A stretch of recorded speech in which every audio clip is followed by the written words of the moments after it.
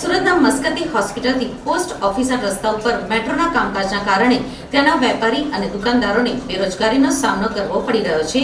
એનું કોઈ જ વળતર ચૂકવવામાં આવતું નથી, જેથી યોગ્ય ન્યાયની માંગ સાથે સુડા ભવન ખાતે આવેદનપત્ર આપ્યું છે.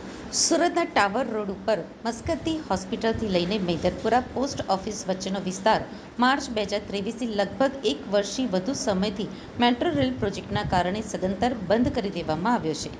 આ વિસ્તારમાં આર્યમાન આર્કેડ અને કોમર્સ હાઉસ નામના બે એપાર્ટમેન્ટ આવેલા છે, જેમાં અંદાજિત 400થી વધુ દુકાનો આવેલી છે, જે છેલ્લા એક વર્ષથી વધુ સમયથી રસ્તો બંધ થવાના કારણે વેપારી પ્રવૃત્તિ સદંતર બંધ છે. નજીકના ભવિષ્યમાં મેટ્રો પ્રોજેક્ટના કારણે રસ્તો ચાલુ થાય એવી કોઈ જ શક્યતા દેખાતી નથી. આ કારણે કેટલીય દુકાનો પણ બંધ થઈ ગઈ છે. દુકાનમાં કામ કરતા માણસો પણ બેરોજગાર થઈ ગયા છે. મેટ્રો પ્રોજેક્ટ તરફથી આર્યમાન આર્કેડ અને કોમર્સ હાઉસ એપાર્ટમેન્ટના કોઈપણ દુકાનવાળાને કોઈપણ પ્રકારના વળતરની ચૂકવણી કરવામાં આવી નથી. વિકાસના નામે આ પ્રકારની નીતિ કેટલી યોગ્ય છે, કોઈ રજૂઆત સાંભળતું નથી. ત્યારે હવેના છેલ્લે ચુડા ભવન ખાતે મોટી સંખ્યામાં વેપારીઓ એકત્રિત થઈને આવેદનપત્ર આપીને વળતરની માંગ કરેલ છે.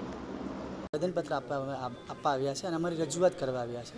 જે મેટ્રો એક વર્ષથી ચાલી રહ્યું છે કામ, જેને કારણે મેઇન રોડ બંધ છે અને અમારા આર્યમાન આર્કેટના વેપારીઓ છે, જેને આર્થિક રીતે ખૂબ જ નુકસાન થઈ રહ્યું છે, જેને હવે ખર્ચા પોતાના ઘર ખર્ચ, સ્કૂલની ફી, લોનના હપ્તા, વેરા બિલ, લાઇટ બિલ, બીજા ખર્ચાઓ કાઢવામાં ખૂબ જ તકલીફ થઈ રહી છે અને જેને કારણે અમારા ઇન્કમના સોર્સ બહુ જ લિમિટેડ છે. અને એ રીઝનથી જ અમે અહીંયા આવેદનપત્ર આપવામાં આવ્યા છે કે ભાઈ તમે આ રસ્તો બંધ કર્યો છે, એને કારણે અમારા જે ઇન્કમના સોર્સો પર જે અસર પડી રહી છે, લોડિંગ અને લોડિંગમાં પ્રોબ્લેમ થઈ રહ્યા છે, આવવા જવામાં પ્રોબ્લેમ થઈ રહ્યા છે. તો અમે એટલું જ રજૂઆત કરી કે મેટ્રોના કારણે જે બીજા સુરતમાં કામો થઈ રહ્યા છે, મેટ્રો જે બીજા એરિયામાં લોકોને કમ્પન્સેશન આપી રહ્યું છે, ભાડા આપી રહ્યા છે, તો અમને પણ મળવું જોઈએ. અમે એ લોકોને રજૂઆત કરી કે તમે આ જે રોડ આપો છો તમે રોડ સંપૂર્ણ લઈ લો અને એની સામે અમને વળતર આપી દો. આવવા જવાનો ખાલી 3-4 ફૂટનો રોડ રાખો, બસ. અમે એટલી રજૂઆત કરવા આવ્યા છે. જે રજૂઆત એ લોકો આજે એક વર્ષ સુધી અમારી સાંભળી નથી. હવે અમે આ છેલ્લે હારીને કંટાળીને આ આવેદનપત્ર આપવામાં આવ્યા છે. કેટલા વેપારીઓ છે? અમે આર્યમાન આર્કેટમાં નહીં કરીને 156થી 160 વેપારીઓ છે, જે બધાને જ અસર થઈ. ઓલમોસ્ટ આર્યમાન આર્કેટ આખું ખાલી થઈ ગયું છે.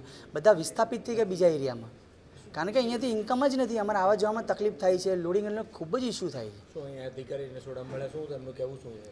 અધિકારીઓ તો હજુ નરોવા કુંજો જવાબ આપે છે. એ લોકો હજુ એમ જ કહી રહ્યા છે કે અમારી પાસે ઓથોરિટી, અમે તમારી રજૂઆત ઉપર કરશું. આવી વાતો અમે એક વર્ષથી સાંભળી રહ્યા છે.